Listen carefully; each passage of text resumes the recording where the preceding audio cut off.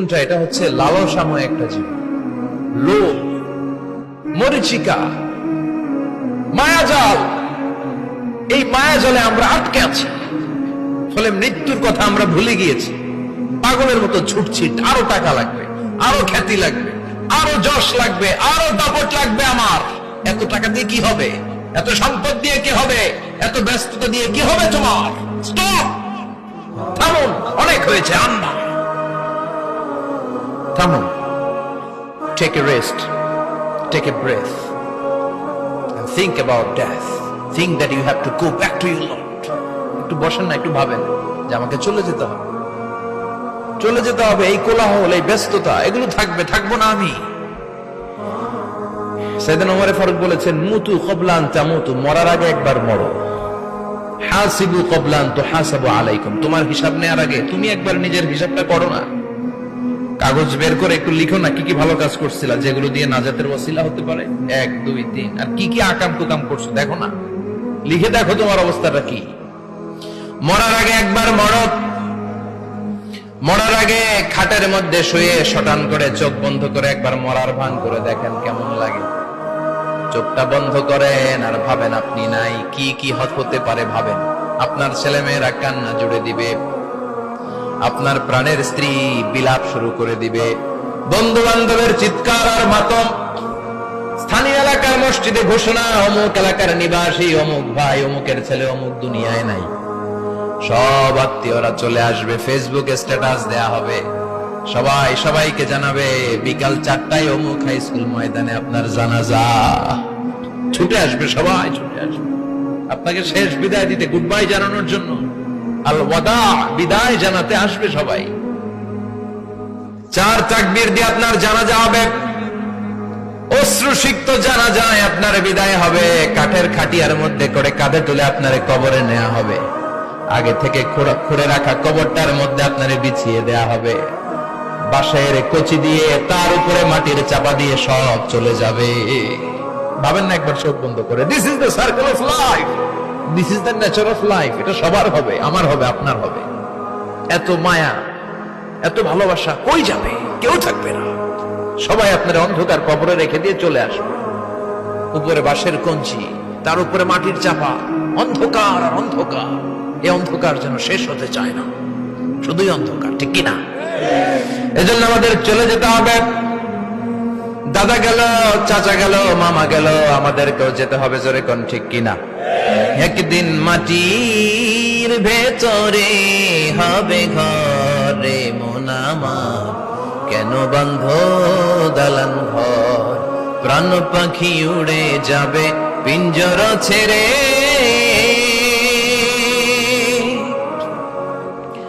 ধরা ধামে সবই রবে, তুমি যাবে চলে।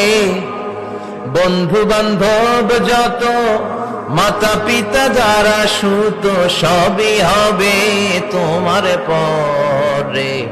মন আমার কেন বন্ধ দালান ঘর, একদিন মাটির ভেতরে হবে ঘরে মন আমার, কেন বন্ধ দালান ঘর, ঠিক কিনা? সব বলে থাকবে, চলে যেতে হবে আমাদেরকে। এজন্য আখিরাতের কথা যেন আমাদের স্মরণ হয়। বিশ্বনবী বলতেন, নাহাইতুকুম আন জিয়ারাতিল কুবুর, আমি তোমাদেরকে কবর জিয়ারত করতে আগে নিষেধ করতাম, কিন্তু এখন নিষেধাজ্ঞা প্রত্যাহার করে নিলাম। এখন সব সময় তোমরা কবরের সামনে যাবা আর জিয়ারত করবা। কবরস্থানে জানতো বড়ুয়া কৃষ্ণপুরের এই গ্রামের কবরস্থান আছে কোন দিকে? পূর্ব দিকে আছে, গোখরার জলের ওদিকে। যান আপনারা, একটু যাবেন, একটু গেলে আখিরাতের কথাটা স্মরণ হবে। ওখানে ছোট শিশুরা শুয়ে আছে, কিশোর যুবকরা আছে, আপনার মতো তাগড়া যুবক মুরব্বীরা আছে। এরা এই এলাকায় থাকতো, এরা আকাশ থেকে নেমে আসে না, এই এলাকার সন্তান আজ নাই। একটা সার্টেন পিরিয়ড শেষে আপনিও থাকবেন না। This is the nature of life, this is the circle of life.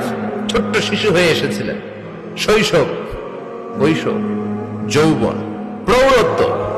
আগে ছিলেন সিঙ্গেল, বিয়ে করে হয়ে গেলেন ডবল।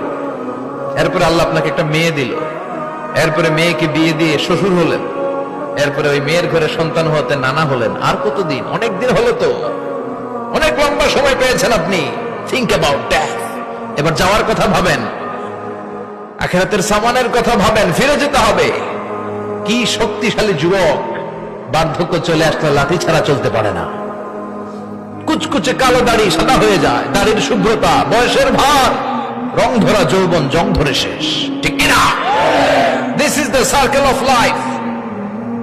যুবক ভাইরা, এটাই জীবন, চলে যেতে হবে, কেউ থাকতে পারবে না, ঠিক কিনা? এটা রিমাইন্ডার আল্লাহ এই সূরার ভেতরে দিয়েছেন যে তোমাদেরকে ফিরে যেতে হবে। এই লোভ লালসা ছেড়ে দাও।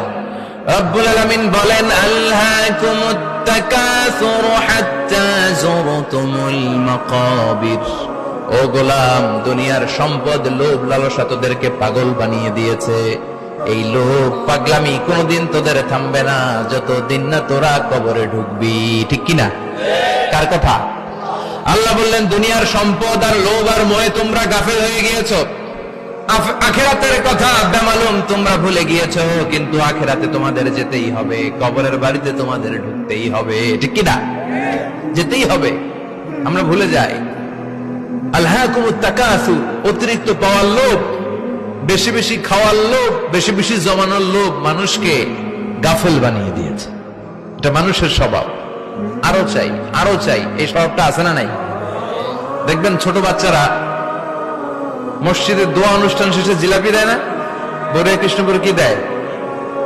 আগে বাতাসা দিত না, এখন কি দেয়? জিলাপি দেয়, মিষ্টি দেয়। তো মসজিদের 2-3 গেট থেকে যদি দেয়, ছোট বাচ্চারা দেখবেন এদিক দিয়ে কয়েকটা নিয়ে আবার ওই গেটে লাইন ধরে। ওর হাত হলো ছোট হাত, ওর হাত ভর্তি জিলাপি, আর নেওয়ার জায়গা না, এরপর আরেক জায়গায় লাইন ধরছে, আরো লাগবে আরো লাগবে, এই আরো আরো আরো চাই। এই স্বভাবটাই মানুষকে কুড়ে কুড়ে শেষ করে দিয়েছে। এত লাগবে কেন তোমার? চাহিদার কোনো শেষ নাই, unlimited demand of human being.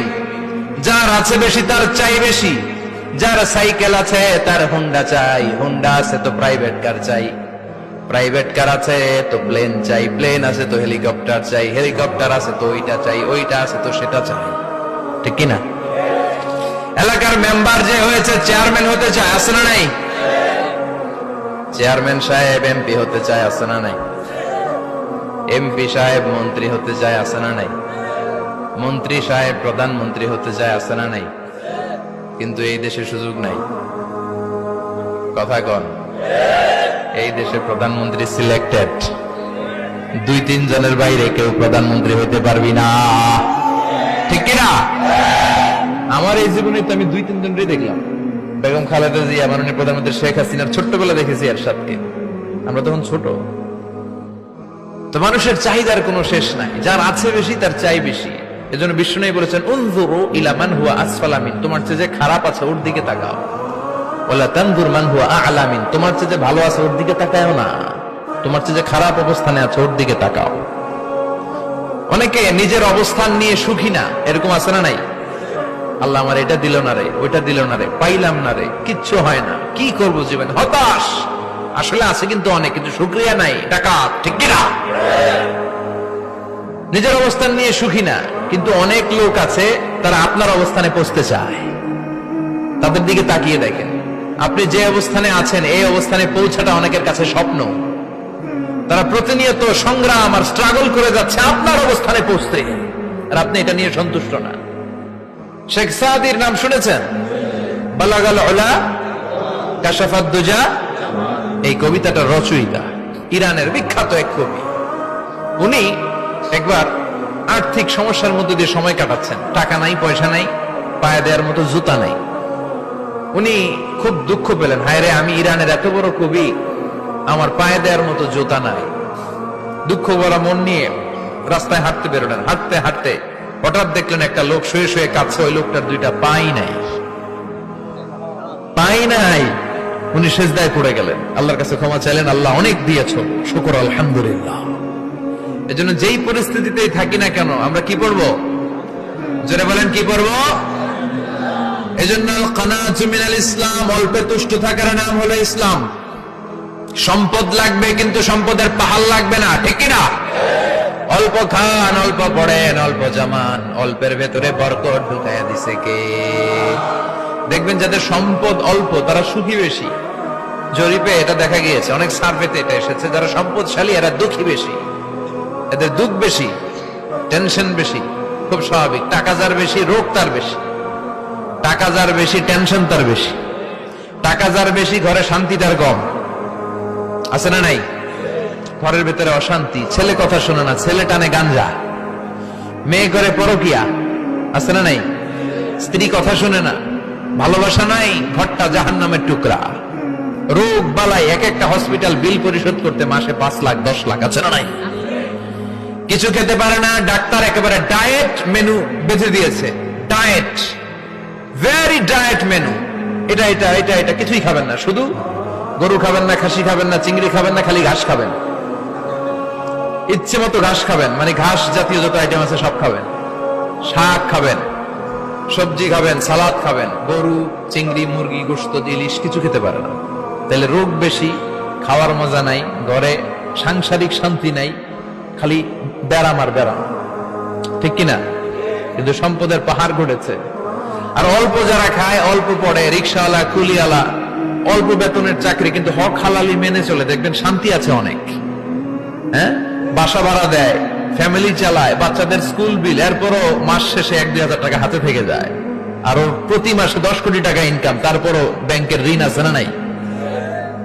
সুখ কারে বলে? কিভাবে আপনি সুখকে ডিফাইন করবেন? সুখ তো টাকায় কিনা যায় না। শান্তি টাকা দিয়ে হয় না, শান্তি দেওয়ার মালিককে। শান্তি আছে অল্প খেয়ে শুকর করার মধ্যে, শান্তি আছে আলহামদুলিল্লাহর মধ্যে। চিল্লায় বলেন ঠিক কিনা? এজন্য অল্প খাবো, অল্প পড়বো, অল্প জামাবো। অল্পের ভেতরে বরকত দিয়েছে কে? দেখেন, ধনী ভাইরা খেতে পারে না, কিন্তু রিক্সাওয়ালার কি সমস্যা হয়? রিক্সাওয়ালারা সব খেতে পারে। কুলিওয়ালা, দিনমজুর, এরা একেবারে স্লিম, সুঠাম দেহি, মেদহীন পেট, পেটে কোনো মেদ নাই, ভুড়ি নাই। আর কোটিপতিদের মেদ আছে না নাই? এত বড় বড় পেট। ঠিক কিনা? আমাদেরও পেট আছে, তবে হালাল পেট। এটা হারাম টাকা দিয়ে এই ভুড়ি বানাই নাই আমরা। ছেলে বলেন ঠিক কিনা? রিক্সাওয়ালা, কুলিওয়ালা নিজেও নামাজ পড়ে, বউ নামাজ পড়ে, বাচ্চাটাও নামাজ পড়ে, রিক্সা চালায় আর জিকির করে লা ইলাহা